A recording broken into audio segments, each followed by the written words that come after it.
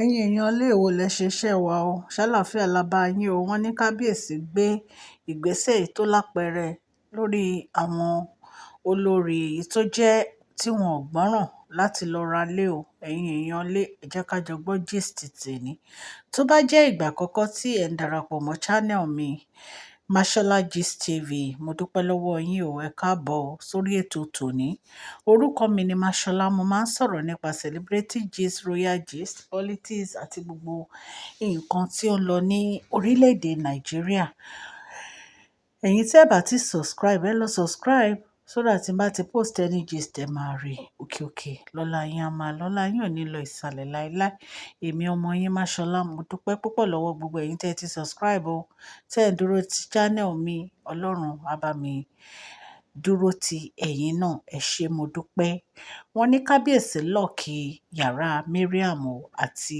olórí Ronke chalet wọ́n ní bá a ṣe ń sọ̀rọ̀ yìí wọ́n ní Mariam hòtẹ́ẹ̀lì ló wà o Ọ̀jájá hòtẹ́ẹ̀lì wọ́n ní Ronke wọ́n ló lọ ń sun family house ni bí a ṣe gbọ́ nìyẹn o ẹ̀yin èèyàn lé wọn nítorí pé kábíyèsí ní kí wọ́n lọ ra lé wọn ò ra lé ṣe mọ̀ pé before that time náà gist tí a gbọ́ ni pé Ronke lọ sí chalet Mariam kó tó di pé wọ́n lock wọn out Ronke lọ sí chalet ẹ̀ ó lọ ń rojọ́ ń bẹ̀ láàrin òru at least very late in the night wọn ò dẹ̀ mọ̀ pé olórí Tèmítọ́pẹ́ ti record ẹ̀ nígbà tó wọbẹ̀ so ó ní evidence yẹn lọ́wọ́ wọ́n ní wọ́n wá ń sọ̀rọ̀ nípa Queen Naomi wọ́n ní ìyẹn ń gbọ́ tó ń pe Queen Naomi wá lọ sọ fún kábíyèsí wọ́n nígbà tí kábíyèsí wá pe gbogbo meeting yẹn wọ́n ní wọ́n deny wọ́n ní àǹtí wáyé àti ẹmú deny o wípé wọ́n ní òun ò lọ bẹ̀ òun ò lọ sọ́dọ̀ Mariam wọ́n ní bó ṣe gbé fídíò jáde báyìí wọ́n ló wà shocked wọ́n ní wọn ò lè sọ̀rọ̀ mọ́ àwọn méjèèjì wọ́n ní kábíyèsí ní pé àṣé kábíyèsí ti mọ nǹkan tó máa ṣe mo rò pé ara nǹkan tó fi tì wọ́n mọ́ta nìyẹn tó fi change lock wọ́n náà tiẹ̀ change lock yàrá wọn ni wípé kan lọ ra lé wọ́n láwọn méjì tó kù nìyẹn bá a ṣe gbọ́ o ṣe mọ̀ pé a gbé gist kan wà allegedly pé Ashley ti ra lé lóòótọ́ Mashola ò rí ilé tó rà o ṣùgbọ́n nǹkan tá a gbọ́ lórí social media la sọ fún yín ṣùgbọ́n wọ́n ní kábíyèsí ra àwọn ilé kan fún olórí méjì so àwa mọ̀ bóyá Tóbi àti any other person nínú wọn ni ṣùgbọ́n a mọ̀ pé tipẹ́tipẹ́ Dr. Elizabeth ra lé tiwọn àfi tó bá yẹ pé kábíyèsí tún fẹ́ rà míì fún wọn àti olórí Tèmítọ́pẹ́ so wọ́n ní kábíyèsí ti àwọn méjèèjì mọ́ta wọ́n change lock pé kí wọ́n lọ ra lé kán kúrò nínú palace àwọn ṣé ẹ mọ̀ pé the only thing tí ó máa ń yà mí lẹ́nu lórí ọ̀rọ̀ olórí Ronke ni pé olórí Ronke ò mọ̀ pé òun dàgbà o honestly ṣé olórí Ronke ló yẹ kó máa rí pẹ̀lú Mariam kọjọ máa ṣe kùrùkẹrẹ planner kán máa plan nǹkan burúkú ṣé olórí Ronke ló yẹ kó máa rí pẹ̀lú Mariam ẹ wo ìgbà tó lọ bá kábíyèsí tán ni pé kí kábíyèsí fáwọn sílẹ̀ nínú palace pé àwọn máa tọ́jú Queen Naomi àti kábíyèsí ò ní trust ẹyọ kan báyìí fún yín báwo lèèyàn ṣe máa ní ìyàwó téèyàn ò ní trust ìyàwó ẹ̀ èyí number one ẹ̀ dáná fún wọn palace èyí number two ẹ̀ lè wọnú kitchen number three ọwọ́ yín ò ṣílẹ̀kùn kábíyèsí bí kábíyèsí ṣe wà yẹn wọ́n lè rán yín iṣẹ́ nínú yàrá wọn trust yín so ìyẹn lásán ó ti fún yín ní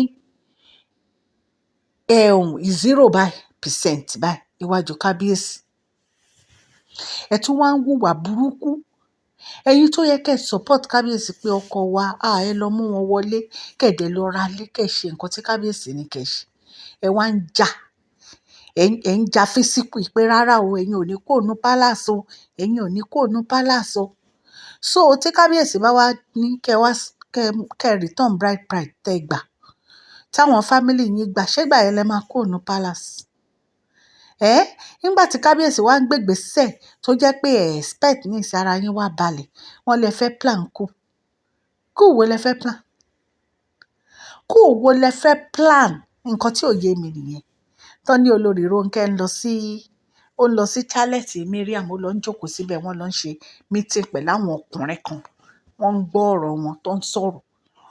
Kò sí nǹkan tẹ́ ẹ lè ṣe.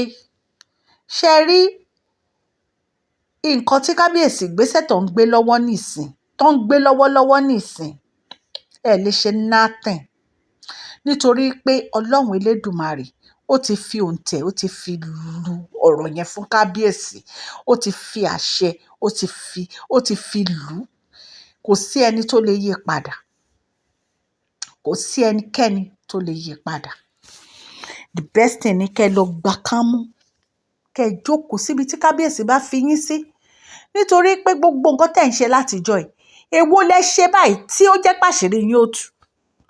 Kò sí nǹkan tẹ́ ẹ ṣe àṣírí yín máa ń tú ni. Ibẹ̀ ló yẹ kẹ́ ẹ ti mọ̀ pé ẹni tẹ́ ẹ̀ ń bá fa wàhálà yìí, orí ẹ̀ ó yàtọ̀, ó yẹ kẹ́ ẹ jáwọ́ ni. Wọ́n ní téèyàn bá léèyàn títí tí téèyàn ò bá pààyàn, èèyàn máa ń padà ni. Tiyín ni mo rí rí. Tiyín ni mo rí rí o. Ẹ̀ ń léèyàn látijọ́ ẹ̀ bá. Ẹ̀ ń plan coup, àṣírí ń tú. Ẹ̀ ń ṣoògùn, kò jẹ́, àṣírí ń tú.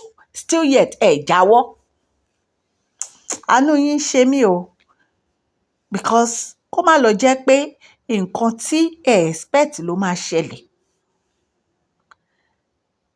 Ibi tí Mariam lọ, wọ́n wọ̀n ẹ̀ ni. Wípé ó jẹ́ ṣọ́rẹ́ ẹ. Ẹni tó fẹ́ máa ṣe nǹkan burúkú sí, orí ẹ̀ lè. Still yet kò gbọ́. Still yet kò dáhùn. Ẹ̀yin feel pé gbogbo nǹkan tẹ́ ẹ̀ ń ṣe láyé yìí, ẹ rò pé ẹ ní gbẹ̀san ẹ̀. Ẹ máa gbẹ̀san ẹ̀. Ẹ máa gbẹ̀san ẹ̀ because orí ààrẹ Queen Naomi ni Queen Naomi wá. Ẹ̀yin lẹ wá sí palace lẹ wá gbọ́kọ ẹ̀. Ẹ̀yin lẹ wá sí inú palace lẹ wá gbọ́kọ ẹ̀. So tó bá ní kò mọ̀ fẹ́ yín nínú palace yẹn, ó ní right láti sọ bẹ́ẹ̀. Tó bá ṣèmi náà nǹkan tí màá sọ nìyẹn. I don't want to see any of you in that palace. Ìyẹn wá kù sọ́kọ yín lọ́wọ́. Tí kábíyèsí ò bá fẹ́ kẹ́ ẹ lọ, ó kù sí wọn lọ́wọ́. Ṣùgbọ́n kábíyèsí ní kẹ́ ẹ lọ ra lé. Kẹ́ ẹ lọ ra lé lẹ́takúlẹ̀ lẹ́ẹ̀ lọ. Kábíyèsí wá ń tì yín mọ́, wọ́n wá ń change padlock, wọ́n ń change kọ́kọ́rọ́. Ẹ wá ń rojọ́ kiri. Ẹ ń pariwo kiri. Nígbà tí kábíyèsí ti ń sọ fún yín látijọ́ kẹ́ ẹ lọ ra níṣẹ́ dán.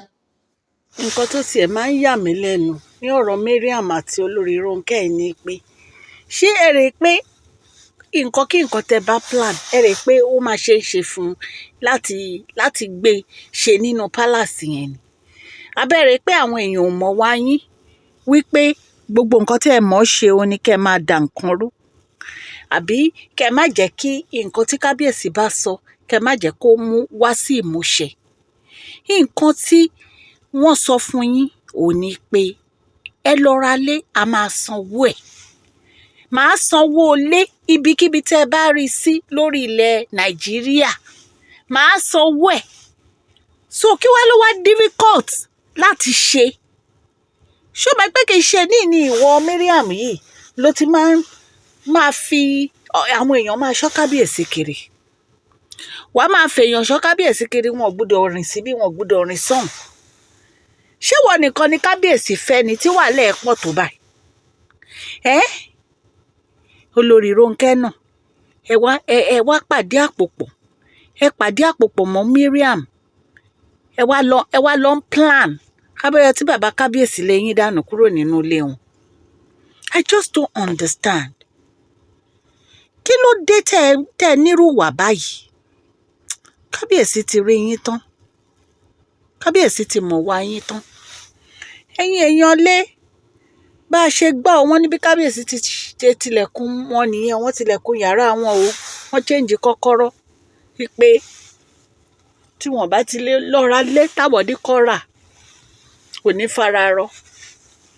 Gist tá a gbọ́ ní o, ẹ̀yin èèyàn, ta ní ká mú wá fún yín. Etí tẹ fi ń gbọ́ mi ò ní dí o. Ọwọ́ tẹ fi ń tẹ subscribe kò ní kan ìsàlẹ̀ àpò. Ní àṣẹ Ọlọ́run o, òkè òkè lọ́la yín a máa lọ. Please share this video, like and subscribe. God bless you all.